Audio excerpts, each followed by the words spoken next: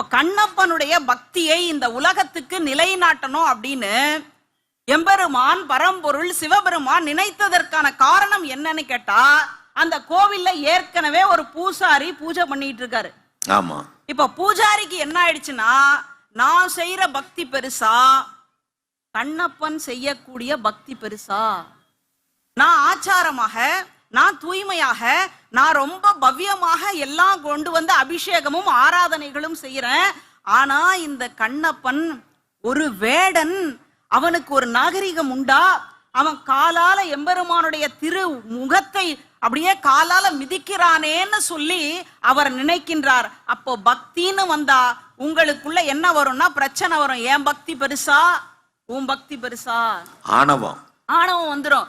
நான் 4 மணிக்கு எழுந்து குளிச்சேன் தெரியுமா, நான் 4 மணிக்கு இது கோவில்ல மணி அடிச்சேன் தெரியுமா அப்படின்னு வரும். ஆனால் தொண்டு இருக்கு பாருங்களேன், அடா அடா அடா அடா அடா,